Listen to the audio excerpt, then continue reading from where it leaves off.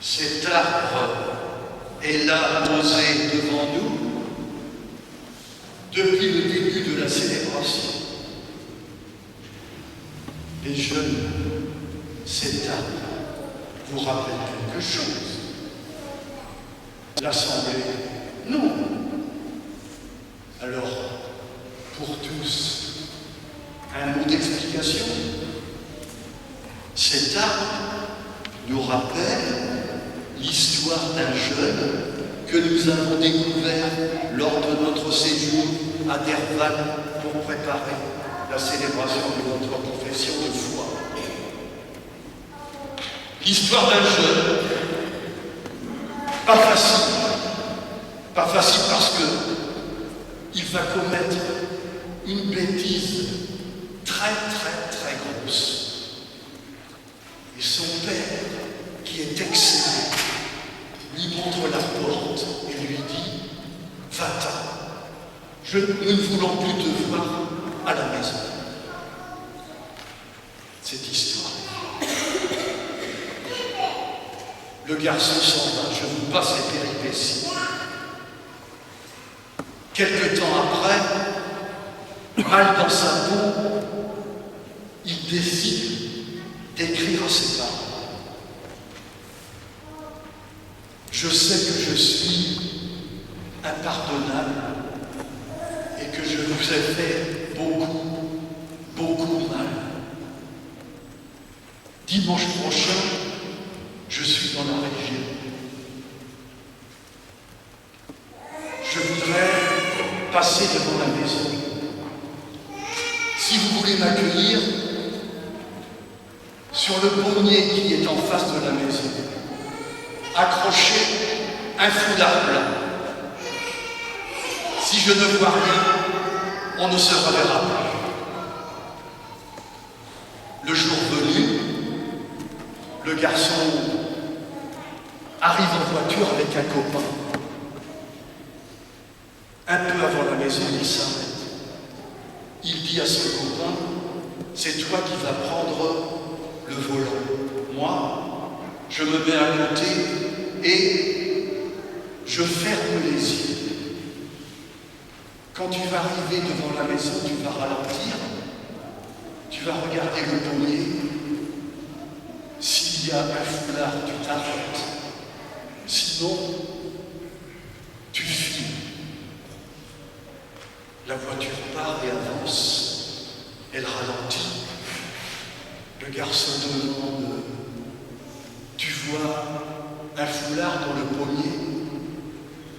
Réponse « Non, il n'y a pas un foulard, mais le pommier est couvert de foulards. » Vous imaginez la suite et l'émotion des retrouvailles. Cette histoire qu'on m'a présentée comme authentique ressemble, les garçons et les filles, à celle que nous avons entendue tout à l'heure, lue par vous. Mais celle-là, c'est une histoire de Jésus. C'est une histoire semblable, puisqu'il s'agit d'un père à qui ces deux garçons en font voir de toutes les couleurs.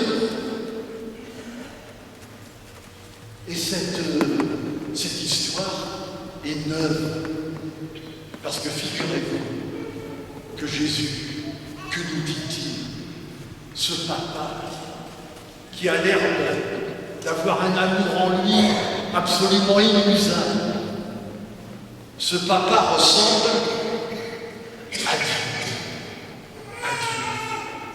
à votre Père du ciel. Vous savez, beaucoup de gens s'imaginent Dieu comme un personnage impressionnant, un peu le roi soleil, tout puissant.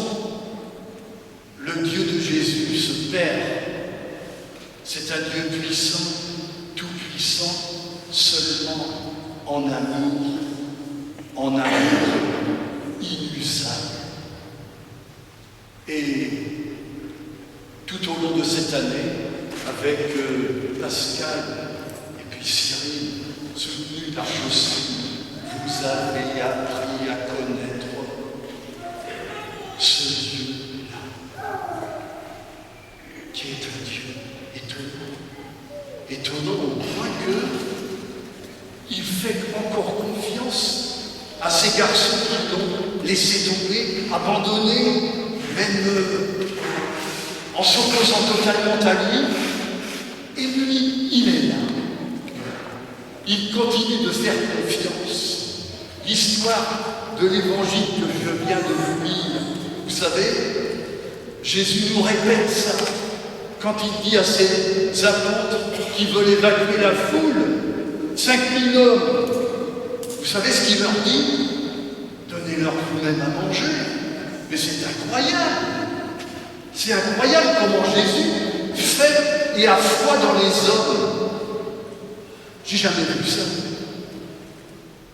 Jésus ne leur dit pas, c'est pas mon problème, débrouillez-vous, donnez-leur vous-même à manger, et il reste là avec eux, et c'est lui qui leur donne les dents. Les garçons, les filles, ce Dieu-là que vous avez commencé à découvrir. On ne l'apprend pas, on ne le découvre pas sur les tablettes, ni sur les livres. On le découvre grâce à ce mot qu'une maman a dit tout à l'heure. Vous êtes l'avenir de l'Église. J'aime.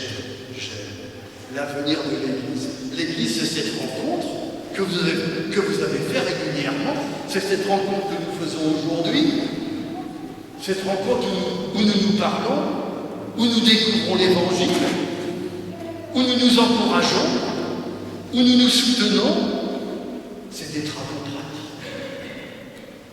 Je vous souhaite de prendre goût à l'Église, c'est-à-dire aux rencontres.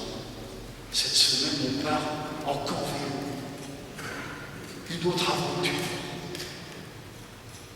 pour goûter ce Dieu de Jésus.